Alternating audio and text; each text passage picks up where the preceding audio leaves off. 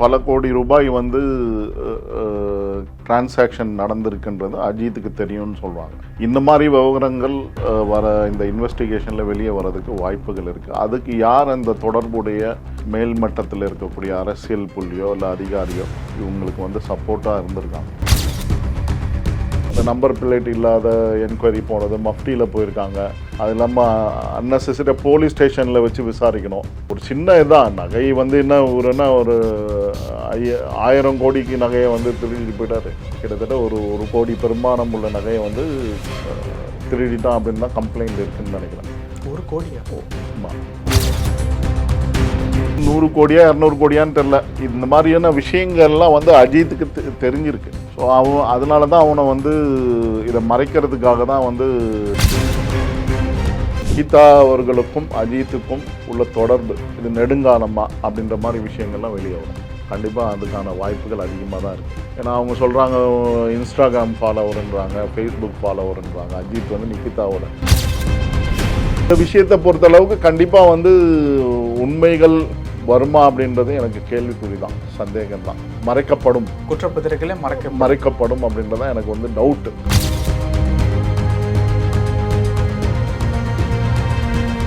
Real one நேயர்களுக்கு வணக்கம். இன்று நம்மளுடைய நேர்காணலுக்கு அரசியல் விமர்சகரான திரு சரவண பெருமாள் அவர்கள் இணைஞ்சிருக்காங்க. சார் வணக்கம். வணக்கம். வணக்கம். எப்படி சார் இருக்கீங்க? அருமையாக இருக்கேன். நீங்கள் எப்படி இருக்கீங்க? நல்லா இருக்கேன் சார். சார், இப்போது அஜித்தினுடைய லாக்அப் டெத்தில் இறுதி குற்றப்பத்திரிகையை வந்து தற்பொழுது சிபிஐ வந்து தாக்கல் பண்ணியிருக்காங்க. இந்த இறுதி குற்றப்பத்திரிகையில் என்ன விஷயங்கள் தாக்கல் பண்ணியிருக்காங்க அப்படிங்கிற ஒரு விஷயம் வந்து சற்று மர்மமாக தான் இருக்குது. என்னென்ன விஷயங்கள்லாம் தாக்கல் செய்வதற்கு உண்டான வாய்ப்புகள் இருக்குது, என்னென்ன விஷயங்கள்லாம் வந்திருக்கும், உண்மை வெளியில் வந்திருக்குமா? இந்த அஜித் விவகாரத்தில் வந்து பார்த்தீங்கன்னா இப்போ வந்து இது வந்து இப்போ மறுபடியும் வந்து நம்ம பொலிட்டிக்கலாக தான் பார்க்க வேண்டியதாக இருக்குது. எந்த அளவுக்கு உண்மை ஃபேக்ட்ஸை வந்து சொல்லியிருப்பாங்க அப்படின்றது வந்து நமக்கு தெரியல. ஏன்னா இப்போது இது என்னன்னு கேட்டிங்கன்னா, இப்போது இந்த விவகாரம் வந்து 2 விஷயங்களை மையமாக வச்சு போகுது. அஜித்துக்கு வந்து முக்கியமான ஏதோ தகவல் வந்து தெரியும், புரியுதுங்களா? அதாவது நகையை வந்து மாற்றுறதுக்காகவா, இல்லை நகை கையாடலா, இல்லை இதெல்லாம் வந்து அவங்க பண்ண நிகிதா மூலியமாக மேலேருந்து கொடுக்குற சப்போர்ட்டை வச்சுக்கிட்டு இவங்க பண்ண இதெல்லாம் அஜித்துக்கு கம்ப்ளீட்டாக தெரியும். அது இல்லாமல் வந்து பல கோடி ரூபாய் வந்து டிரான்சாக்ஷன் நடந்திருக்குன்றது அஜித்துக்கு தெரியும்னு சொல்கிறாங்க.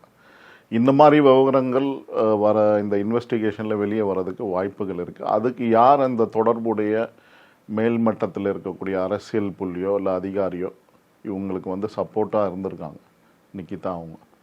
இல்லைன்னா இந்த அளவுக்கு வந்து ஒரு சார் இப்போது ஒரு போலீஸ் ஸ்டேஷனில் கேஸ் கொடுக்குறாங்கன்னா, கம்ப்ளைண்ட் கொடுக்குறாங்கன்னா சிஎஸ்ஆர் கொடுக்கணும். சிஎஸ்ஆர் இல்லை, எஃப்ஐஆர் இல்லை அப்படின்றத பட்சத்தில் வந்து நகையை திருடிட்டான் அப்படின்னு கம்ப்ளைண்ட் கொடுக்கும்போது அதுக்கான இதுவே இல்லை, டாக்குமெண்டேஷனே இல்லை.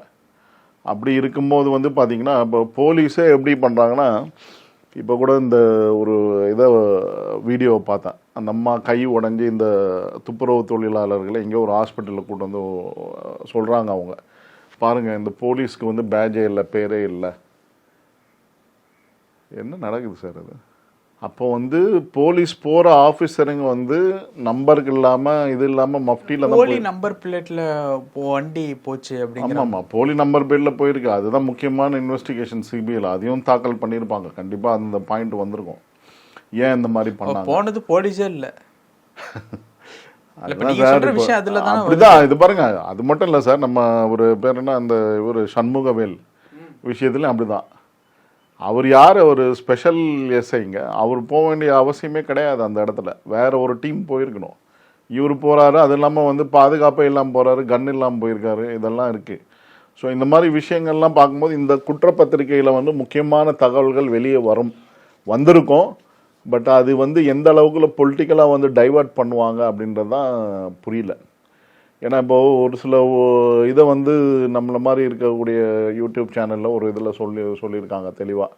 இப்போ இந்த மாதிரி நேரத்தில் தான் வந்து என்ன ஆகுதுன்னா, ஒன்று இந்த ராமஜெயம் கொலை, இந்த சிபிஐனோட மும்முரமான இது விசாரணை இதெல்லாம் இந்த மாதிரி நேரத்தில் வந்து டெல்லி பயணம் போகிறாரு நம்ம முதல்வர் அவர்கள்.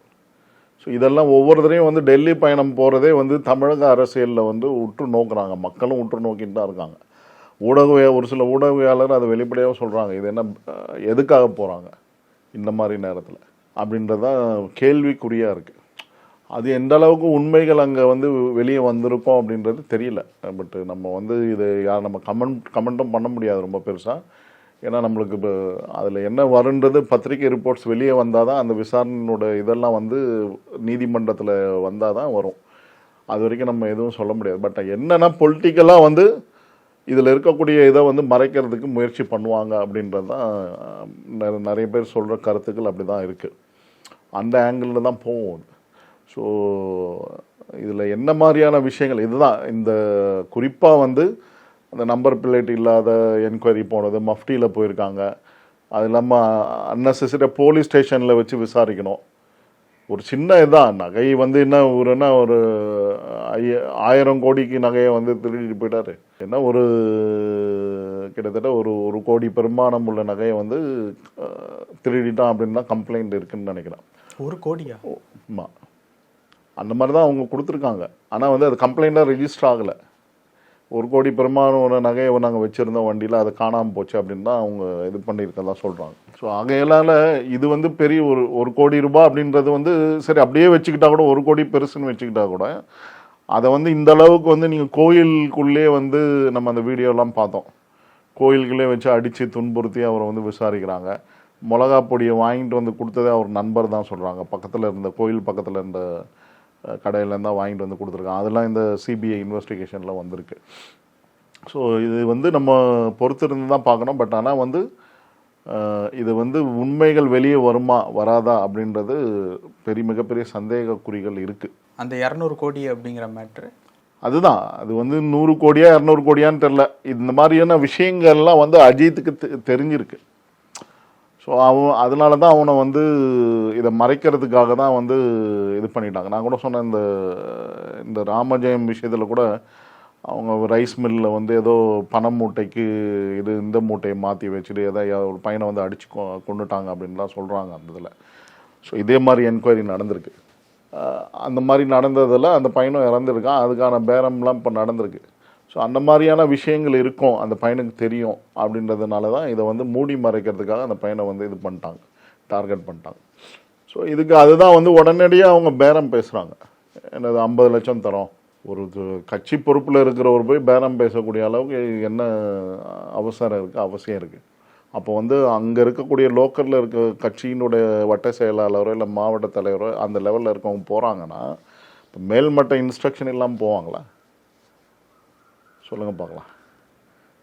கேட்பாங்களா இவங்க கீழே இருக்கவங்க என்ன பண்ணலாம், இதுக்கு இது மாதிரி பிரச்சனை வந்திருக்கு, மேலே கேட்டிருப்பாங்க. அட்லீஸ்ட் ஒரு மினிஸ்டர் லெவல்லையா யாரையோ கேட்டிருப்பாங்க. கேட்டு இந்த மாதிரி விஷயம் ஏன் பண்ணலாம், நாங்கள் போகலாமா, போய் தலையிடணுமா வேண்டாவா அப்படின்னு தகவல் கேட்பாங்க இல்லைங்களா? இப்போ நான் சொன்ன மாதிரி இப்போ இந்த சேகர் பாபு விஷயத்தில் கூட எது கேட்டாலும் என்ன சொல்கிறாங்கன்னா, லோக்கலில் இருக்க ரவுடி எலிமெண்ட்ஸ் ஏதாவது ஒரு கட்ட பஞ்சாயத்து நடக்குதுன்னு வச்சுக்கோங்களேன், சேகர் பாபு ஐயாவை கேட்காம நாங்கள் சொல்ல மாட்டோம் அப்படின்ற மாதிரி கொண்டு வராங்க. ஸோ அந்த மாதிரி விஷயங்கள்லாம் இதில் இந்த ரிப்போர்ட்ஸில் இருக்கும் கண்டிப்பாக. அப்படின்னு தான் நான் எதிர்பார்க்குறேன். இது சுவாரஸ்யமாக இருக்குது, பார்ப்போம். எனக்கு வந்து என்னோடய சந்தேகங்கள்னால் பொலிட்டிக்கலாக இதை வந்து டைவர்ட் பண்ணுவாங்களா, ஒரு சில விஷயங்களை வெளியே வராமல் போகுமா அப்படின்றத நம்ம பொறுத்திருந்து தான் பார்க்குறோம். Okay sir. சார், இன்னொரு விஷயம், இந்த குற்றப்பத்திரிகையில் இது வரைக்கும் வெளிவராத ஏதாவது சஸ்பென்ஸான விஷயங்கள் ஏதாவது இருக்குமா? இல்லை, அதுதான் இப்போ நான் இந்த விஷயங்கள்லாம் நம்ம வந்து யாருக்கு பல இடத்துல வந்து இதை வந்து பேசியிருக்காங்க. என்னன்னு கேட்டிங்கன்னா, நிக்கிதா அவர்களுக்கும் அஜித்துக்கும் உள்ள தொடர்பு இது நெடுங்காலமா அப்படின்ற மாதிரி விஷயங்கள்லாம் வெளியே வரும். கண்டிப்பாக அதுக்கான வாய்ப்புகள் அதிகமாக தான் இருக்குது. ஏன்னா அவங்க சொல்கிறாங்க இன்ஸ்டாகிராம் ஃபாலோவருன்றாங்க, ஃபேஸ்புக் ஃபாலோவருன்றாங்க. அஜித் வந்து நிக்கிதாவோட இன்ஸ்டாகிராம் ஃபேஸ்புக் ஃபாலோவர் அப்படின்லாம் சொல்கிறாங்க. ஸோ அப்படி இருக்கும் பட்சத்தில் அந்த மாதிரியான தகவல்கள்லாம் வெளியே வரும். என்ன ஆக்சுவலாக நடந்தது, என்ன எதனால், இது மோட்டிவ் என்ன. ஒரு சர்வசாதாரணமாக சார் இப்போது அதுதான் சொல்கிறோம், இப்போ ஒருத்தரை வந்து டார்கெட் பண்ணி இது பண்ணுறோன்னா கம்ப்ளைண்ட் கொடுக்குறோம், ஒரு மோட்டிவோடு தான் பண்ணியிருப்பாங்க. ஒரு மனுஷனோட மனசில் ஆள் மனதில் இதை பதிஞ்சிருக்கும், இவன் வந்து இவனை டார்கெட் பண்ணணும் அப்படின்னு. அப்போ தான் அவன் மேலே கம்ப்ளைண்ட் வாண்டடாவோ அன்வாண்டடாவோ கொடுத்து ஏதோ ஒன்று பண்ணுவாங்க. ஸோ சும்மா உங்களுக்கும் எனக்கு சம்மந்தமே இல்லாதப்போ நான் ஏன் போய் உங்கள்கிட்ட இது அன்லெஸ் அண்ட் அன்டில் இது வந்து மேட்டர் வந்து ரொம்ப கன்சர்னிங்காக இருக்கிற வரைக்கும் தான். அது கன்சர்னிங்காக ரொம்ப கன்சர்னிங்காக இருக்க போய் தான் இந்த விவகாரங்கள்லாம் நடந்திருக்கு. ஸோ அதை வந்து எப்படியாவது நம்ம மறைக்கணும், அதுக்கு யாரை டார்கெட் பண்ணால் அஜித்தை டார்கெட் பண்ணால் முடிஞ்சுது அப்படின்றது தான் அந்த விவரங்கள்லாம் இருக்குது. ஓகே, இப்போ இந்த குற்றப்பத்திரிக்கையை பொறுத்த வரைக்கும் பல உண்மைகள் வெளிவரும்னு எடுத்துக்கலாமா, பல உண்மைகள் மூடி மறைச்சு வரணும்? ஆனால் நான் வந்து கேள்விப்பட்ட அளவுக்கு வந்து என்னன்னு பார்த்தீங்கன்னா, நான் வந்து எனக்கு ஒரு ஆர்வம், ஒரு சில ஆஃபீஸருங்க இந்த சிபிஐயில் வேலை செய்கிறவங்களாம் ஒரு சிலலாம் கேட்பேன் நான். ஒரு சில நேரத்தில் வந்து பார்த்திங்கன்னா அவங்க சொல்லுவாங்க, ஒரு சில ஃபேக்ட்ஸை வந்து மறைப்பாங்க. மேலேருந்து என்ன தகவல் வருதோ அதுக்கேற்ற மாதிரி அந்த ஃபேக்ட்ஸை மறைக்கிறதுக்கு வாய்ப்புகள் இருக்குது, எந்த என்கொயரியாக இருந்தாலும் சரி. புரியுதுங்களா? அதாவது இப்போது ராஜீவ்காந்தி கொலை வழக்கு நடந்தது, அது இல்லாமல் அவர் பேர் சொல்ல வேண்டிய சூழ்நிலை. ஒரு நல்ல சிறந்த தலைவர் தான் அவர், இல்லைன்னெலாம் சொல்ல முடியாது. பட் ஆனால் வந்து அவருடைய என்கொயரி, அந்த கொலை நடந்ததுக்கான என்கொயரி வந்து இப்போ பத்மநாபன் ஒருத்தர் இருக்கார், அவரை எக்ஸ்ட்ராடேட் பண்ணாங்களா? சொல்லுங்கள் பார்க்கலாம். எங்கே போனார் அவர்? அவருக்கும் இந்த கொலைக்கும் என்ன சம்பந்தம் இருக்கிறது? ஏன்னா பிரபாகரனை தான் ஹைலைட்டாக சொல்கிறாங்க. பிரபாகரன் தான் வந்து ராஜீவ்காந்தி கொலை பண்ண சொல்லி சிவராசன் அனுப்பிச்சதாகவும் இதெல்லாம் சொல்கிறாங்க. அதுக்கு நிறைய பேக்ரவுண்ட்லாம் இருக்குது. இங்கேருந்து பொலிட்டிக்கலாக எப்படி சப்போர்ட் கொடுத்தாங்க அவங்க தங்குறதுக்கு போகிறதுக்கு வரதுக்கு.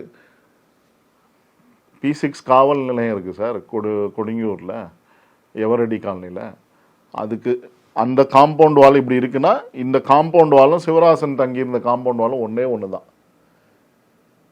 டெய்லி ஜாகிங் போகிறது வாக்கிங் போகிறதெல்லாம் பார்த்துருக்காங்க போலீஸு. யார்? சிவராசன். டெய்லி மாடியிலேருந்து எக்ஸசைஸ்லாம் பண்ணிட்டு இருந்தெல்லாம் அந்த காம்பவுண்ட்லேருந்து பார்த்தா தெரியும்ல போலீஸு. அப்போது வந்து அந்த கொலை நடக்கும்போது வந்து P6 காவல் நிலையம் எங்கே இருந்ததுன்னா எவரடி காலனியில் இருந்தது கொடுங்கியூரில். அதே பில்டிங்க்கு பின்னாடி தான் அவன் இருக்கான், வாடகை எடுத்து தங்கியிருக்கான் அவங்களோட சகாக்களோட. அப்போ நீங்கள் சொல்லுங்கள் பார்க்கலாம் எந்த அளவுக்கு வந்து விவரங்கள் இருந்திருக்கும்னு பார்த்துக்கோங்க. அந்த என்கொயரியில் என்ன நடந்திருக்கும் ஆக்சுவலாக. இப்போ ஆதரவு இல்லாமலாம் வந்து என்னோட டவுட் என்னென்னா, அங்கே இருக்கிற போலீஸ் ஸ்டேஷனில் இருக்கவங்க பாதுகாப்பாக இருக்கணும்னா அங்கே வந்துட்டாங்களோ அப்படின்றதான் சந்தேகம்.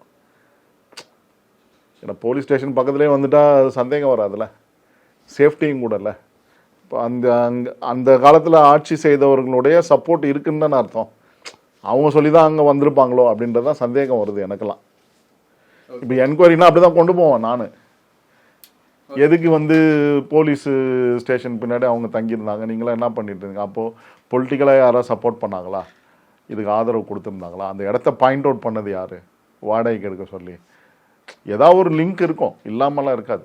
சர்வசாதாரணமாக வந்து போலீஸ் ஸ்டேஷனில் போய் முன்னாடி ஒரு எய்ம் பண்ணி வரான் சார். ஒரு பெரிய தேசத்தின் வல்லரசு ஆகக்கூடிய இந்தியாவுடைய தலைவர். ராஜீவ்காந்தி கொலையை பற்றி பேசினா நான் ரொம்ப டீட்டெயிலாக பேசுவேன், ஏன்னா அது ரொம்ப டீப் சப்ஜெக்டில் போயிடும். புரியுதுங்களா? ஆனால் வந்து பார்த்திங்கன்னா அந்த அளவுக்கு வந்து ஒரு தைரியமாக வந்து வீடு எடுத்து தங்குறாங்கன்னா, ஒரு நாட்டினுடைய தலைவர், தேசத்தினுடைய தலைவர் இருந்தவர், ஒரு பாரம்பரியமான குடும்பத்திலேருந்து வந்தவர், அவங்களுக்கு எவ்வளோ இன்ஃப்ளூயன்ஷியல் இது இருக்கும்.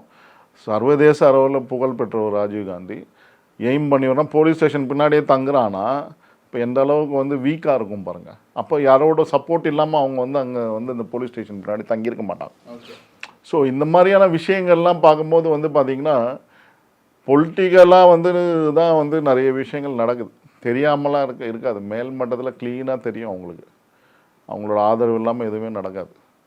அதனால் இந்த இன்வெஸ்டிகேஷன் வந்து பார்த்திங்கன்னா அது எந்த கொலை வழக்காக இருந்தது, சுவாதி கொலை வழக்கு என்னென்னமோ சொல்கிறாங்க.